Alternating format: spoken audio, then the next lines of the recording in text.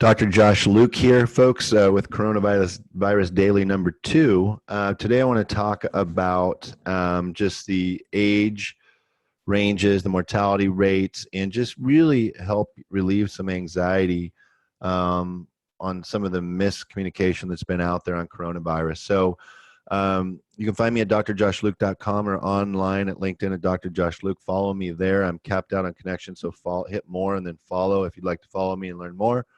But guys, let's talk about it. First of all, if you are under the age of 40, or if you have a child under the age of 40, your risk of the coronavirus is almost non-existent other than being a carrier. Okay, you can carry it to your parents, your grandparents, to the elderly, and you don't want to do that. So the mortality rate is 1 in 500 once they are tested positive. 1 in 500 tested positive, and those folks to date have already had chronic conditions, pre-existing conditions, or immunocompromised. So, folks, the real risk to somebody who's under 40 and healthy is not great.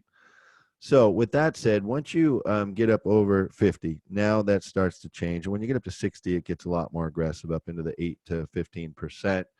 Over 60 years old, the mortality rate now becomes real. And real meaning, again, 8 out of 100 in the age 50 to 60 range. And then it goes more to 15% range for those over the age of 70. But look, guys, let's take a step back.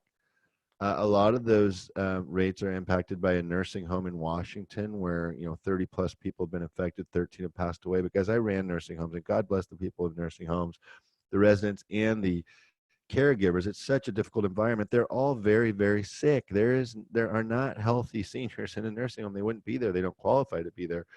These folks have comorbidities, multiple health issues they're dealing with before they get inflicted with this virus. So, not to discount any of their lives whatsoever. But again, there's a lot of research out there so far showing that probably only 1 of every 2 to 3 cases of coronavirus is being diagnosed.